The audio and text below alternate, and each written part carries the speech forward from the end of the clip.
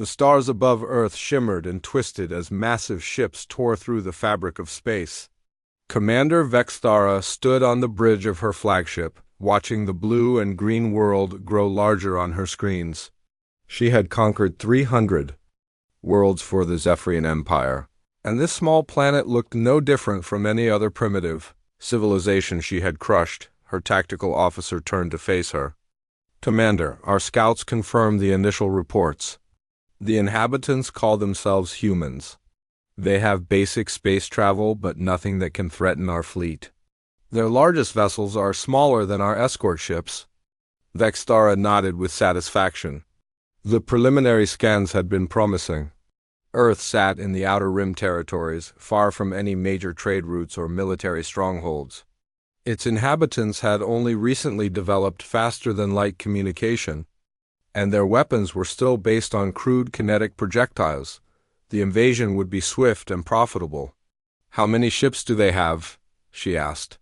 47 combat vessels in total, Commander.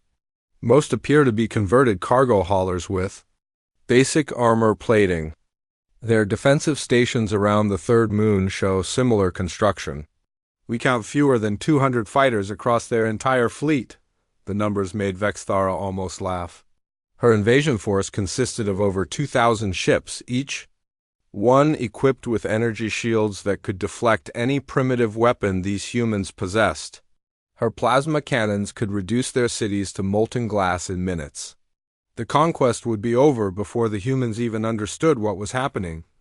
On Earth's surface, Admiral Jake Morrison watched the alien fleet emerge from hyperspace through the observation deck of Luna Command. His weathered face showed no emotion, but his hands gripped the railing tightly. 40 years of military service had prepared him for many things, but not for this moment. "Sir, President Carter is on the secure line," his aide announced. Morrison picked up the communication device. President Lisa Carter's voice crackled through the static. "Jake, tell me you have good news." "I'm afraid not, Madam President. We're looking at over 2,000 hostile vessels. Our entire fleet couldn't take down one of their capital ships, let alone the whole armada. I recommend we authorize operation. Last stand immediately." There was silence on the other end of the line. Operation Last Stand was humanity's final contingency plan. Every available ship would engage the enemy fleet in a desperate attempt to buy time for civilian evacuations. Everyone knew it was a suicide mission. "Do it," Carter finally said. "God help us all." Captain Ryan Blake received his orders 30 minutes later. His squadron of 12 fighters was assigned to defend Luna Station while the main fleet attempted to engage the alien capital ships.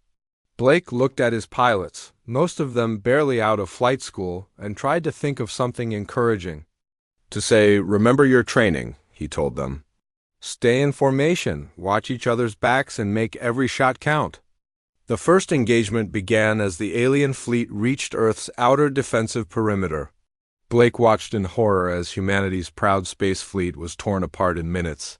The human ships fired everything they had, but their missiles simply exploded harmlessly against alien energy shields. The return fire was devastating. Plasma beams cut through human vessels like a hot knife through butter.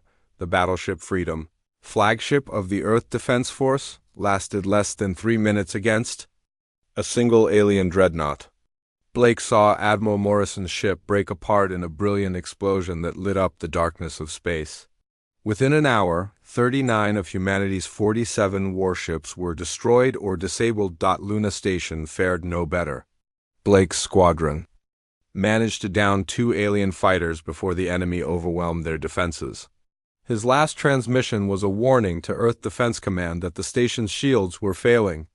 He died when alien plasma fire vaporized his cockpit, taking Luna Station's primary communication array with him. On Earth's surface, General Amy Foster coordinated the planet's ground defenses from a command bunker deep beneath the Rocky Mountains. Reports flooded in as alien dropships began landing in major population centers across the globe. The enemy was moving fast, establishing landing zones in New York, London, Moscow, Tokyo, and dozens of other cities simultaneously. "General, we're getting reports from Chicago," her communications officer announced. Alien ground forces are advancing through the downtown area. Our troops are taking heavy casualties. Foster studied the tactical displays with growing despair. Human soldiers armed with assault rifles and rocket launchers were facing enemies equipped with personal energy shields and plasma weapons. It was like watching medieval knights try to fight modern tanks. The technology gap was simply too vast. To overcome, Dr. Nathan Cole worked frantically in his underground laboratory, analyzing fragments of alien technology recovered from the first wave of attacks. His team had managed to salvage pieces of a destroyed alien fighter, and what they found both amazed and terrified them. The alien technology was incredibly advanced, but there was something strange about the attack patterns. Cole pulled up tactical recordings from the space battle and studied them carefully. The aliens had used overwhelming force, but their formation seemed almost textbook perfect. Too perfect, perhaps. "Doctor, you need to see this," his assistant called out. She was examining the alien fighter's navigation system. "These coordinates don't match any stellar charts we have, but look at this flight path data." Cole studied the information and frowned. The alien ships had followed precise approach vectors that maximized their tactical advantage while minimizing human resistance. It was as if they had detailed knowledge of Earth's defensive capabilities before the attack even began. Meanwhile, Commander Vexthara received reports from her ground commanders. The human resistance was stronger than expected, but well within acceptable parameters. Major cities were falling on schedule, and human military units were being systematically destroyed or scattered. "Estimated time to complete pacification?" she asked her tactical officer. 72 standard cycles, Commander. "The humans are fighting bravely, but they lack the technology to pose any real threat. Some isolated pockets of resistance remain in mountainous regions and underground facilities, but they will be eliminated shortly." Vexthara was pleased. This conquest was proceeding exactly according to plan. The human military had been neutralized. Their government structures were collapsing, and their civilian population was beginning to surrender in major urban areas. Soon, Earth would join the long list of worlds that had fallen before the might of the Zephyrian Empire. As night fell over the smoking ruins of humanity's greatest cities, the invasion seemed complete. Alien patrols moved through empty streets while their ships maintained orbital supremacy. The blue world that had looked so peaceful from space now burned under alien occupation, but in hidden bunkers and remote mountain facilities, human survivors watched and waited. Dr. Cole continued his analysis of alien technology, while General Foster organized scattered resistance cells. The battle for Earth was far from over, though neither side yet understood the true nature of the game that was about to begin. 3 months had passed since the Zephyrian Empire planted their victory flags across Earth's major cities. Commander Vexthara should have been celebrating another successful conquest, but instead she found herself staring at casualty reports. That made no sense. Her forces were losing soldiers every day, not to organized military resistance, but to shadows and ghosts that struck without warning. The first incident had seemed like an accident. A patrol of 6 Zephyrian soldiers simply vanished while conducting a routine sweep through downtown Chicago. Their communication devices went silent, and when the search teams found them 3 days later, their bodies showed signs of weapons that should not have existed on this primitive world. Colonel Steve Parker crouched in the ruins of what used to be a shopping mall, watching another Zephyrian patrol through his improvised scope. The aliens moved in perfect formation, their energy shields glowing softly in the dim light. They thought they owned these streets, but Parker knew better. He had been studying their patterns for weeks, learning their weaknesses. Parker raised his hand and gave a silent signal. 6 human fighters emerged from hidden positions, their weapons trained on the alien patrol. These were not the crude kinetic rifles the Zephyrians had faced during the invasion. Parker's team carried modified energy weapons, built from salvaged alien technology and human ingenuity. The attack lasted less than 30 seconds. The alien patrol never had a chance to call for help. Parker's team had learned to jam their communications first. then strike with overwhelming force before melting back into the urban wasteland. The aliens found only empty buildings and abandoned equipment when their reinforcements arrived. Lieutenant Beth Adams led a different kind of resistance in the tunnels beneath New York City. Her team of former Marines had turned the subway system into a weapon of war. They moved through forgotten maintenance passages, striking at alien supply convoys and disappearing before the enemy could respond. Adams studied the latest intelligence reports with satisfaction. The Zephyrians were losing more supplies than they could afford. Every destroyed convoy forced them to divert resources from their occupation forces. Every successful ambush made them more paranoid and defensive. The aliens are starting to group their transports in larger convoys, her lieutenant reported. They're using more escorts now, Adams smiled grimly. Good, larger convoys mean bigger explosions. Have the demolition teams prepared those new charges yet? The charges she referred to were another example of human adaptability. Adams' engineers had reverse-engineered Zephyrian plasma explosives and improved them. The new devices could punch through alien armor that had seemed invulnerable just months before. Commander Vextara reviewed the latest reports with growing frustration. Her ground commanders reported constant harassment from human resistance fighters. These attacks were becoming more sophisticated and deadly with each passing week. The humans were learning to use captured alien weapons with disturbing efficiency. Commander, we've identified one of the human leaders, her intelligence officer reported. The prisoner claims his name is Dr. Marcus Hill. He was captured during a raid on one of their research facilities. Dr. Hill sat in his cell, apparently defeated and cooperative. He answered every question the Zephyrians asked, providing detailed information about human technology and society. What his captors did not realize was that Hill was gathering intelligence of his own. Every conversation taught him more about alien psychology and technology. Your species interests me, Hill told his interrogator during one session. Your energy shielding technology is remarkable. How do you manage to maintain such stable plasma containment?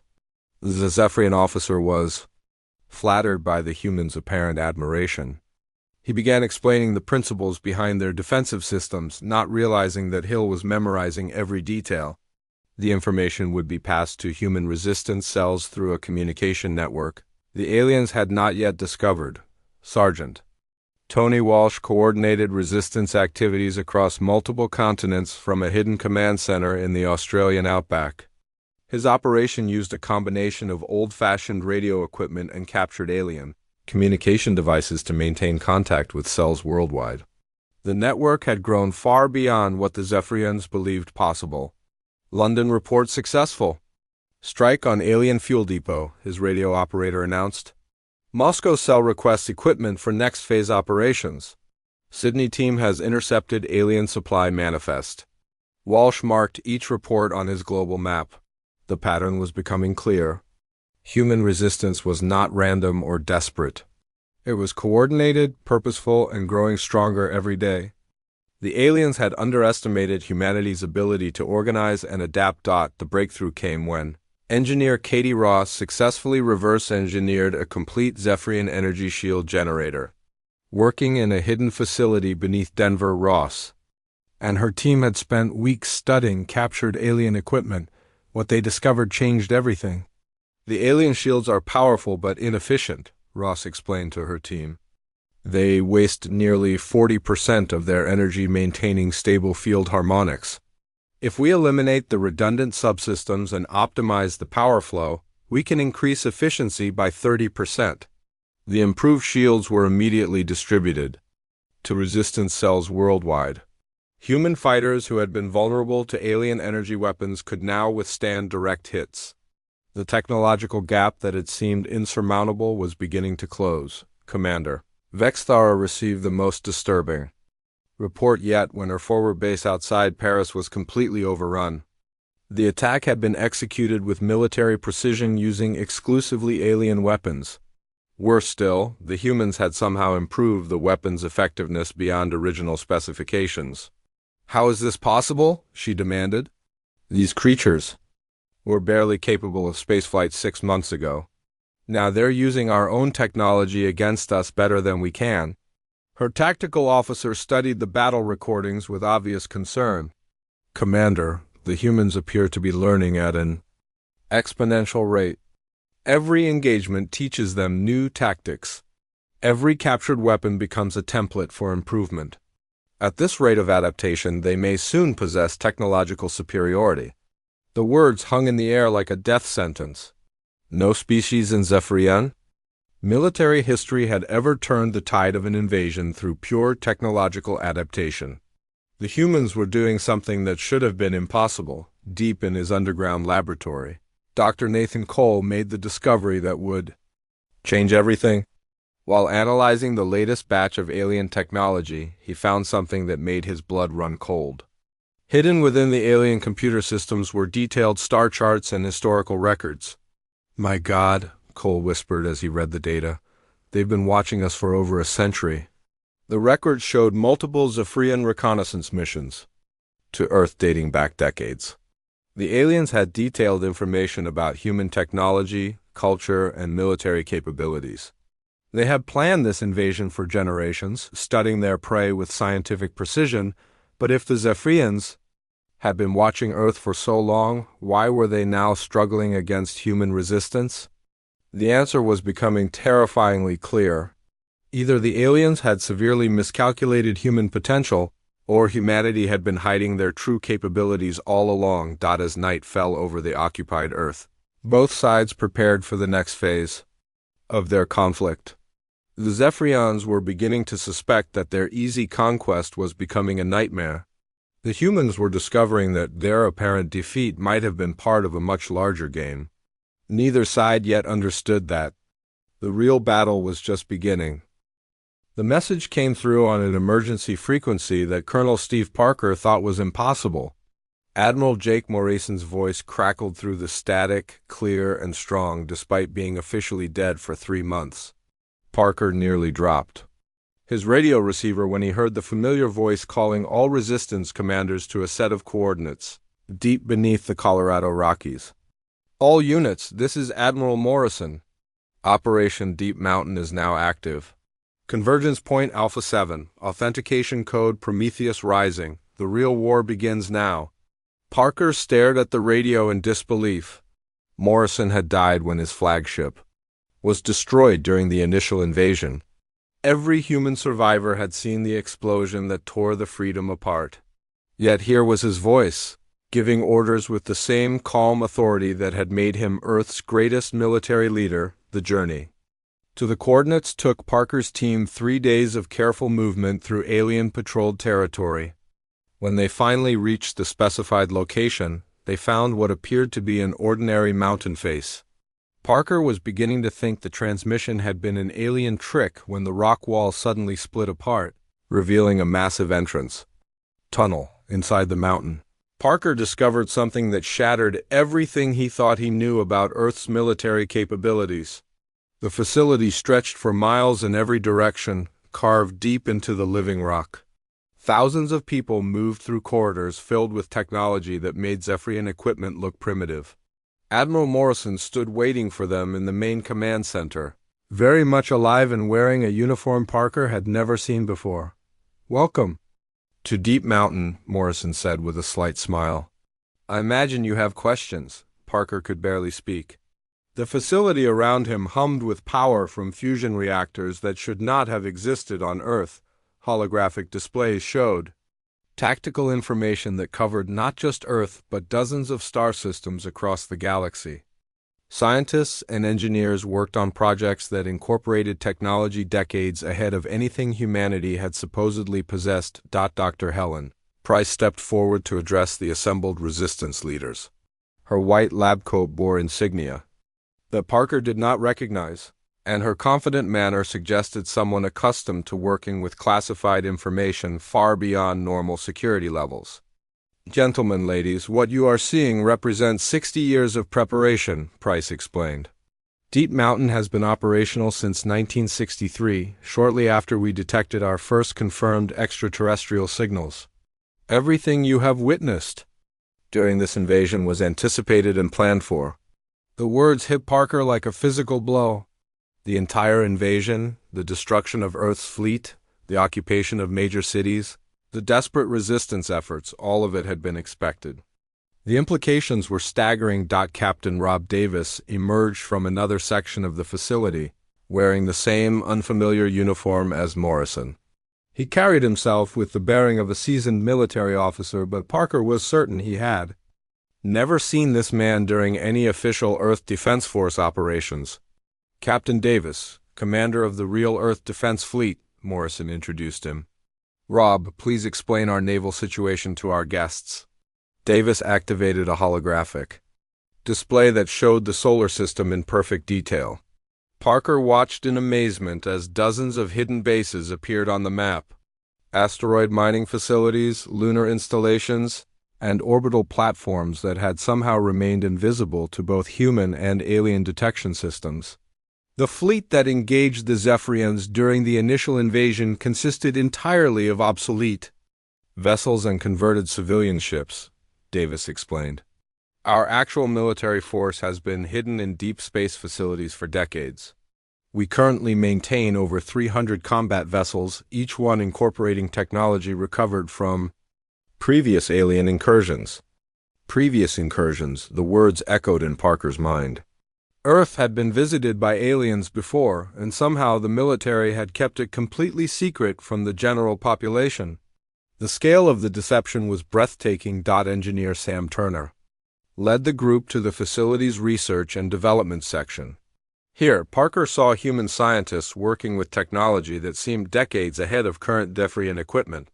Plasma weapons lay on workbenches beside energy shield generators that hummed with barely contained power. We have been reverse engineering alien technology for over half a century, Turner explained. Every probe, every scout ship, every reconnaissance mission has provided us with new knowledge. The Zephyrians think they are fighting primitive humans with captured weapons. In reality, they are facing technology that we have been perfecting for generations. Dr. Nathan Cole arrived at Deep Mountain carrying the alien computer cores he had been analyzing. When he saw the facility's quantum computer arrays, he understood immediately why his surface-level research had been so limited. The computational power available here dwarfed anything he had imagined possible. Doctor, your analysis of Zephyrian systems has been excellent, Dr. Price told him. However, we have been studying their technology for much longer. Would you like to see what we have learned? Price led Cole to a secure laboratory where complete Zephyrian vehicles sat alongside human-built improvements. Fighters with enhanced energy shields, ground vehicles with upgraded armor, and weapon systems that incorporated human innovations. The aliens' own technology had been turned against them with devastating effectiveness. Major Lisa Davis, Rob's sister and commander of Deep Mountain's Intelligence Division, briefed the assembled resistance leaders on the true scope of human knowledge about the Zephyrian Empire. The information she revealed was staggering in its detail and completeness. We have been monitoring Zephyrian communications for over 30 years, she explained. We know the location of their homeworld, the structure of their military hierarchy, and the disposition of their fleets across the galaxy. More importantly, we know the locations of every world they have conquered and enslaved. The strategic implications hit Parker immediately. Earth was not just defending itself from invasion. The planet had positioned itself as the focal point for a galactic liberation campaign that would free hundreds of enslaved worlds. Morrison addressed the group's obvious shock with characteristic directness. Earth has been preparing for this moment since we first detected signs of galactic civilization. We deliberately made ourselves appear primitive and defenseless while building the technological and military infrastructure necessary to challenge the Zephyrian Empire. The entire invasion had been a carefully orchestrated trap. Earth had broadcast signals designed to attract Zephyrian attention while hiding its true capabilities. The seemingly desperate resistance efforts on the surface were actually intelligence-gathering operations, designed to study alien tactics and technology. Commander Vextara would have been horrified to learn that every move her forces made was being monitored and analyzed by Deep Mountain's strategic computers. Human resistance cells were not just fighting for survival, they were gathering the final pieces of intelligence needed to spring humanity's trap. As night fell over the occupied Earth above, the resistance leaders began to understand the true scope of what they were part of. The battle for Earth was only the beginning. Humanity was preparing to challenge an empire that had dominated the galaxy for millennia, and they had been planning this moment for longer than most people had been alive. Commander Vexthara watched her tactical displays with growing horror as impossible reports flooded in from across the solar system. Human ships were emerging from hiding places that should not have existed, engaging her forces with technology that surpassed Zephyrian military standards. The primitive world that had seemed like an easy conquest was revealing itself to be the most dangerous trap in the Empire's history. Captain Ben Clark stood on the bridge of the UES Defiance as it rose from its hidden berth inside a hollowed-out asteroid. The massive battleship had been under construction for 15 years, incorporating every piece of alien technology that humanity had acquired through decades of careful study. Its hull gleamed with adaptive armor that could deflect energy weapons, while its weapon systems charged with power that made Zephyrian plasma cannons look like toys. "All stations report ready, Captain," his tactical officer announced. "The fleet is moving into attack formation." Clark nodded as he watched dozens of human warships emerge from concealment around the solar system. These vessels bore no resemblance to the primitive craft that had been destroyed during the initial invasion. They were sleek, powerful, and designed specifically to exploit every weakness in Zephyrian military technology. The first engagement came when a squadron of Zephyrian cruisers attempted to investigate strange energy readings near Jupiter. Lieutenant Commander Mike Torres led a wing of human fighters that seemed to materialize out of empty space. The fighters used adaptive camouflage technology that bent light around their hulls, making them nearly invisible to alien sensors. Torres' attack was surgical and devastating. His fighters targeted specific points on the Zephyrian ships where human intelligence had identified critical system vulnerabilities. Within minutes, 3 alien cruisers were drifting helplessly as their power systems failed and their shields collapsed. "This is impossible," the surviving Zephyrian captain transmitted before his ship was destroyed. "These are not primitive weapons. How do they know our weak points?" Commander Vexthara received the transmission just as her own ship came under attack from something her sensors could not properly identify. The human vessel appeared to be larger than any ship in her fleet, armed with weapons that her shields could not deflect. Energy beams cut through Zephyrian armor like it was made of paper. "Commander, we're receiving a transmission from the human vessel." Her communications officer reported with obvious fear. The message that came through was from Admiral Morrison, speaking from the bridge of a ship that dwarfed anything the Zephyrians had brought to Earth. "Commander Vexthara, this is Admiral Morrison of the Earth Defense Force. I believe we need to discuss the terms of your surrender." On Earth's surface, General Amy Foster watched as hidden weapon systems across the planet began revealing themselves. What the Zephyrians had thought were communication satellites suddenly activated as orbital defense platforms. Fusion-powered particle beams lanced up from the surface, targeting alien ships with devastating accuracy. The weapons were controlled by targeting computers that had been studying Zephyrian ship movements for months. Every vessel in the alien fleet had been tracked, analyzed, and assigned to specific weapon systems. The aliens found themselves under attack from an entire planet that had been transformed into a fortress. Communications Officer Lavar Stone coordinated the orbital assault from a command center hidden beneath the ruins of Washington, D.C. Her teams had been monitoring every Zephyrian transmission since the invasion began, learning their communication protocols and command structures. Now that knowledge was being used to jam their signals and spread confusion through their ranks. "All Zephyrian communications are being disrupted," Stone reported to General Foster. "They cannot coordinate their forces or call for reinforcements. Several alien commanders are beginning to panic as they lose contact with their ships." Dr. Helen Price activated the final phase of humanity's technological surprise from her laboratory in Deep Mountain. weapon systems that had been disguised.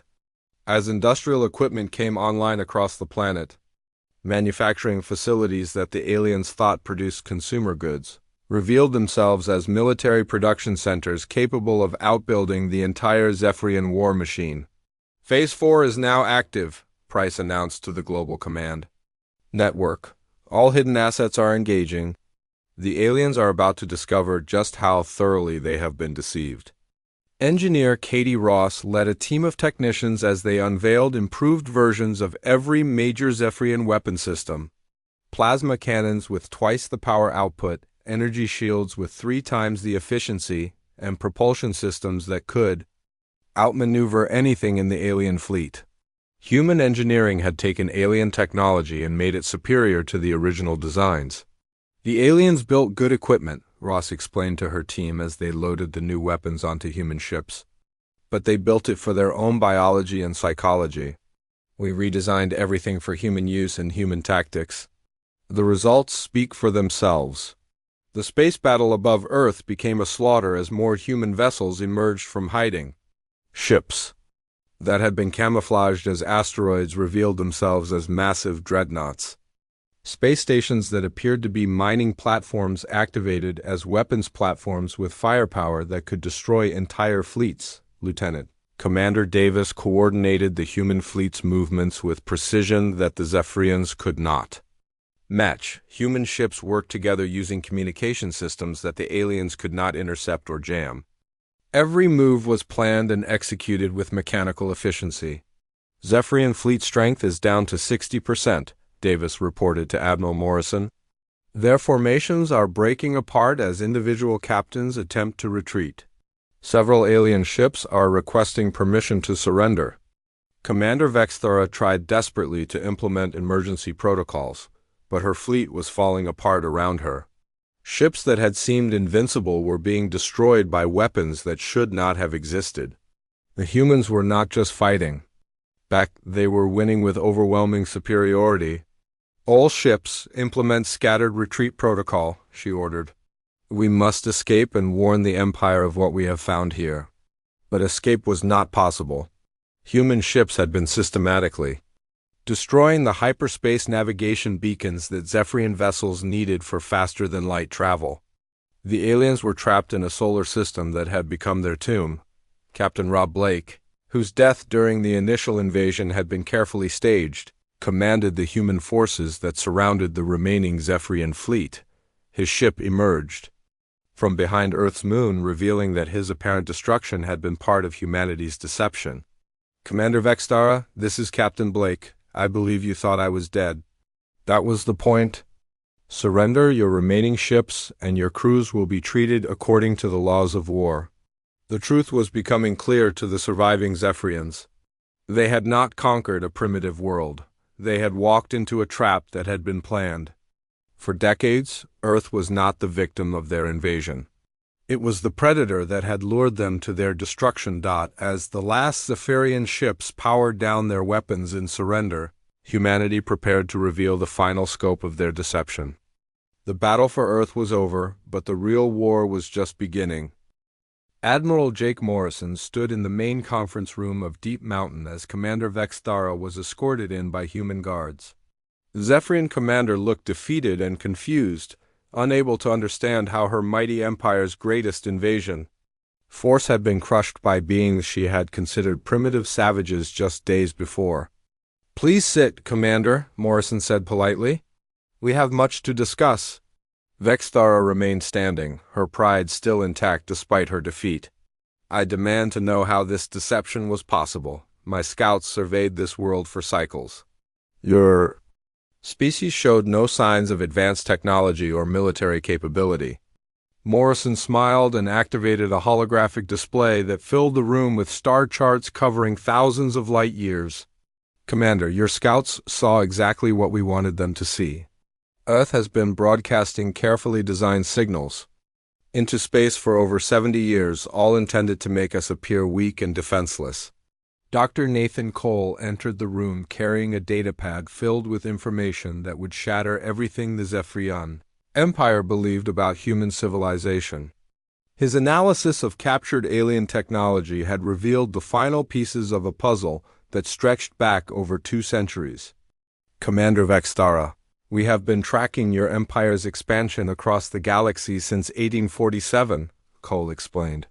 We detected the electromagnetic signatures of your faster-than-light drives when you conquered the Alteron system. From that moment, we knew you would eventually reach Earth. The numbers made Vextara's head spin. Humans had been watching the Zephyrian Empire for longer than most Zephyrian officers had been alive. They had studied every conquest, analyzed every battle, and prepared countermeasures for tactics that the Empire considered unstoppable. President Lisa Carter joined the meeting via secure communication from the rebuilt White House. Her voice carried an authority that surprised Vextara. This was not the desperate leader of a conquered world, but the confident commander of a military force that had just proven its superiority. Commander, what you experienced here was not a desperate last stand by a primitive species, Carter explained. It was a carefully planned military operation designed to capture your technology, analyze your capabilities, and prepare humanity for galactic expansion. The truth hit Vextara like a physical blow. Earth had not been the victim of Zephyrian aggression, it had been the hunter, positioning itself deliberately in the Empire's path of expansion.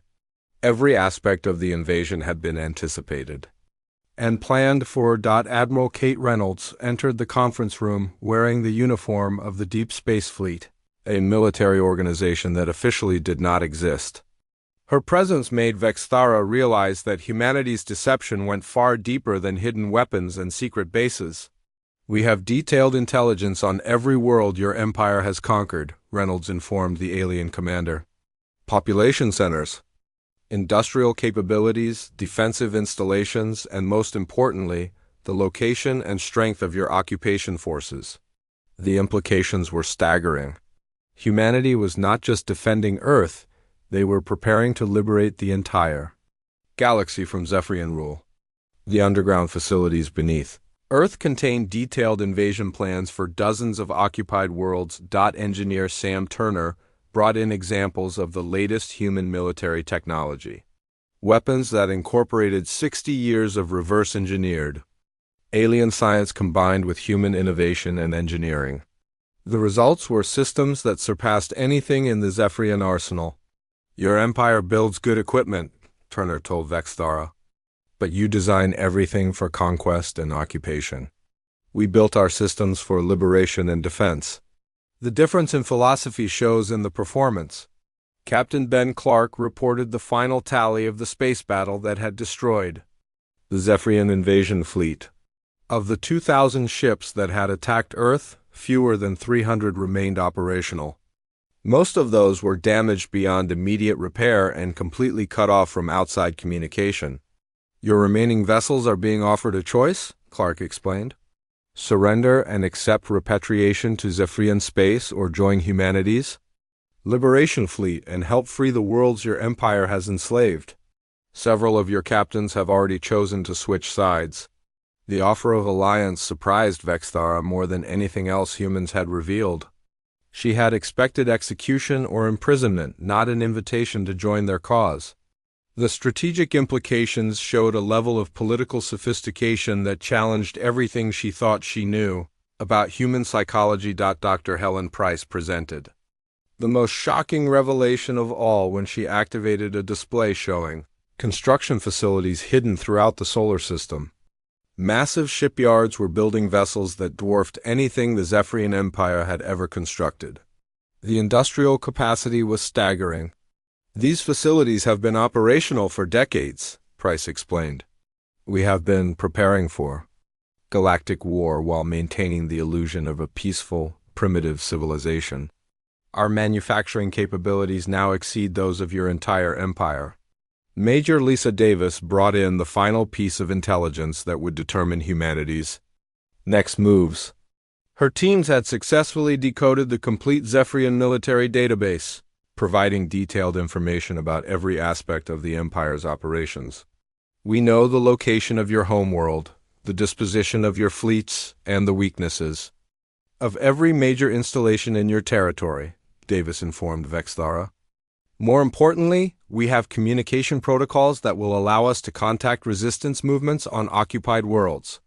The scope of humanity's preparation became clear as Morrison outlined the next phase of their operations. Earth had positioned itself not just to survive Zephyrian invasion, but to become the launching point for a campaign that would reshape galactic civilization. Your empire conquered 300 worlds through superior technology and military force, Morrison told Vexthara. We intend to liberate all of them using the same methods. The difference is that we will not stay to rule over the worlds we free. Colonel Steve Parker entered the conference room leading a group of resistance fighters who had been transformed into the advance guard of humanity's Galactic Liberation Force. Their equipment and training represented the culmination of decades of preparation. Commander, you have a choice to make, Parker told Vexthara. You can return to your empire and warn them that humanity is coming. Or you can stay and help us. Free the billions of beings your people have enslaved. Either way, the Zephyrian Empire's reign of conquest is ending. President Carter delivered the final message that would echo across the galaxy in the coming years. Her words were broadcast on frequencies that would reach every occupied world in Zephyrian space. To all beings living under Zephyrian occupation, this is President Carter of Earth. The empire that enslaved you has been defeated. Humanity is coming to restore your freedom. The age of galactic tyranny is over. As night fell over Earth, construction began on the largest fleet of warships ever assembled. The planet that had appeared to be the Zephyrian Empire's greatest victory was preparing to become their ultimate defeat. The trap that was Earth had sprung shut, and now humanity was ready to hunt across the stars. Commander Vexthara looked out at the bustling activity of Deep Mountain and realized that she had witnessed the birth of a new galactic power. The primitive world her empire had come to conquer would soon be coming for them, armed with superior technology and motivated by a desire to free every enslaved world in the galaxy. The hunters had become the hunted, and there was nowhere in the universe they could hide.